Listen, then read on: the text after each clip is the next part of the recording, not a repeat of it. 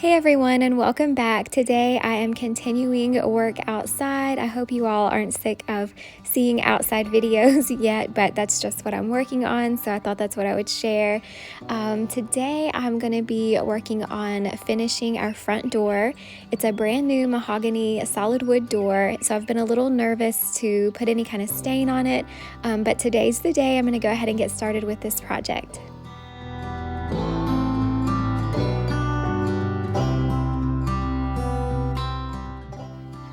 I'm going to use some wood filler. This kind is stainable, which is really important since I'm going to be staining this door.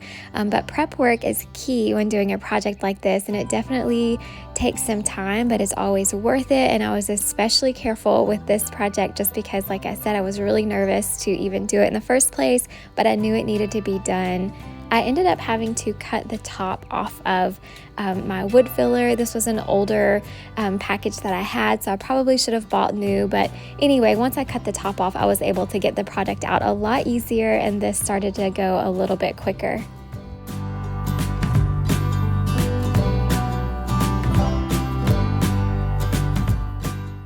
If this is your first time visiting today, welcome. My name is Leah, and I share lots of home decor, homemaking type content, cleaning motivation, decorating ideas, things like that. At the moment, we have been wrapping up an exterior renovation on our farmhouse, and so that's why I'm spending a lot of time outside just trying to clean up post-reno and then start putting those finishing touches in place, like landscape, staining the door, and then eventually we will get around to finishing our porch. As you can see here, there are a lot of frayed pieces of wood. It does come unfinished, which is nice because then you have the option to then finish the door however you want to. But like I said before, there is a lot of prep work involved, and sanding is definitely one of those steps. Sanding everything down smoothly so that the wood is nice and smooth and ready for the wood conditioner. Here I'm doing the prep work on the inside of the house, on this side of the door, but it was the exact same process on the outside as well. I've actually not got around to staining the inside just yet, but it's definitely on my list.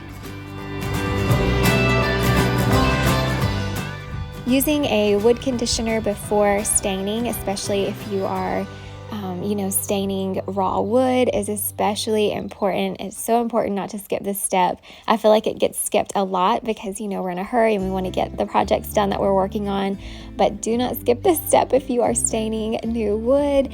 When you're using a wood like mahogany, like our door is, for example, it's not quite as important to use a wood conditioner. I just wanted to make sure I did everything correctly. I didn't want to skip any steps. Like I said, I was a little nervous to do this in the first place, but it's especially important to use a wood conditioner on wood like pine. What it does is it just allows the stain to penetrate the wood evenly, and then you're not left with any kind of splotchiness in your final result.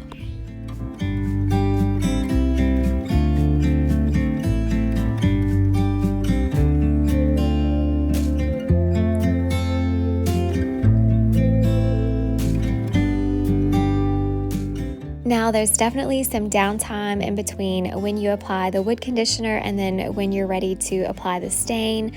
So you have to read on the back of whatever you're using to make sure you follow those instructions, because it is important how long you wait. So you don't want to apply the stain too quickly, but then you don't want to wait too long either. So just make sure you check the instructions if you're going to do something like this.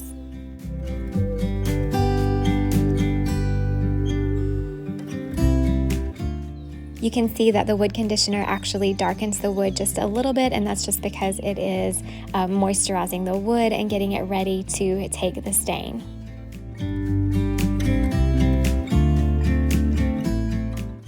After the conditioner dries, you have to kind of rub your hand along the surface of the wood and feel for any kind of raised places in the wood. You just want it to be nice and smooth. So I took a really fine grit sandpaper here and just went over the entire surface, making sure to kind of rub my hand along each surface to make sure it's nice and smooth before I add any stain.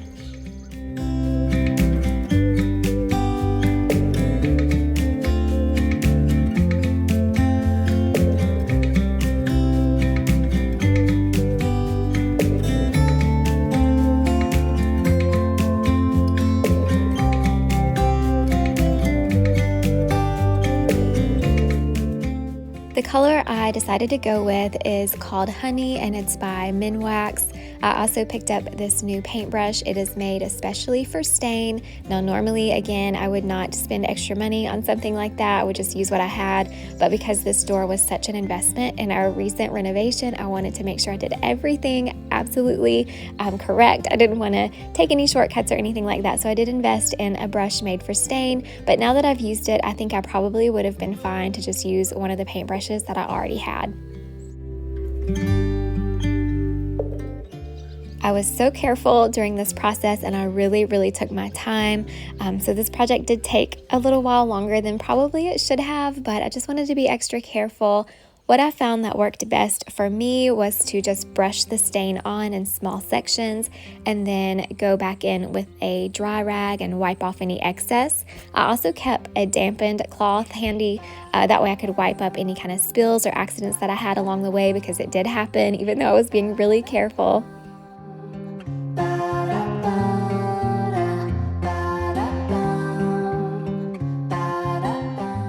To make this part a little bit easier, you could probably use painter's tape and tape off anything that you didn't want to get stain on.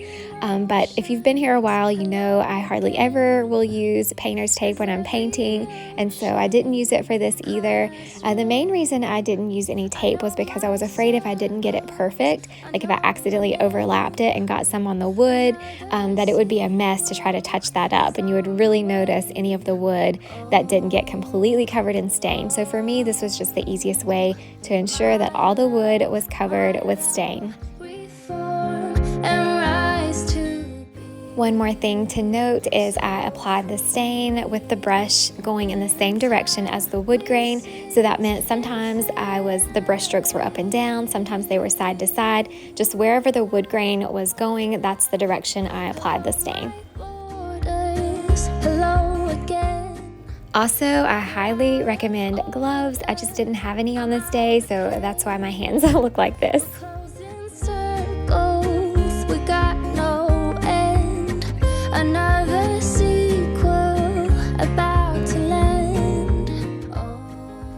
I've been waiting for a few days for the stain to soak in completely and dry completely, and now that it has, I'm so happy with the way it turned out.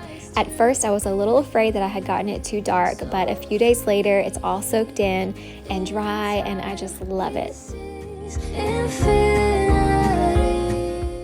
This year I went with more of an AstroTurf type doormat. I think this will be a lot more functional for our farm family and our dirty boots and all of that.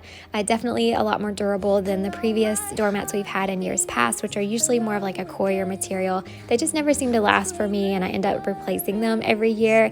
So this one was from Amazon, and I will link it in the description box if that's something you're looking for too. We're never hiding. So in my last video, I worked on this area quite a bit, cleaning it up after our reno. We had removed a ton of shrubs and plants from this area, and so the brick that was exposed afterwards was extremely dirty and in need of pressure washing. I wasn't able to get to it in last week's video, but I did finally tackle it over the weekend, and it just looks so much better. I'm so glad I took the time to do this.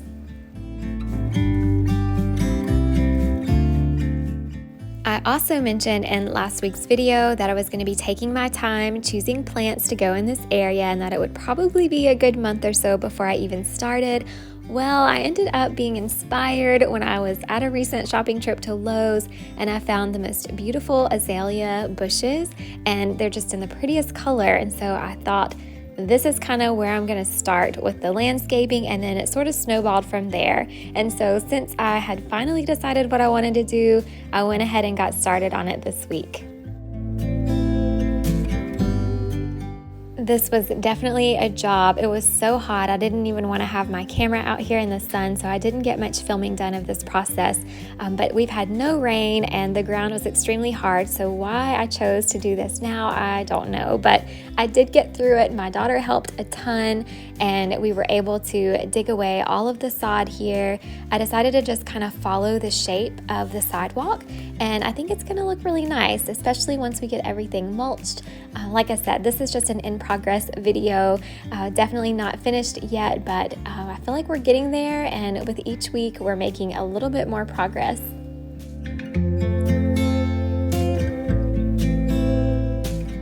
We have 2 wooden planter boxes that will be going underneath the windows here, and I've already chosen the plants that will go in those for the year. I'm so excited to get that done soon. They actually match the planters on our porch perfectly. We had someone local to us make them, and he did a wonderful job. I will put his Instagram page in my description box below if you're interested, but he does amazing work, and I'm so excited to see it all come together. I'll give you guys a little tour. I left the tags on the plants just so I could share with you all what they are. But the little spiky ones there, I can't remember the name, but I believe they're also called monkey grass maybe.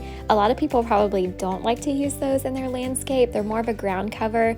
But for me, I think in the years to come, they'll fill in nicely and create a really pretty pathway here leading to our front porch.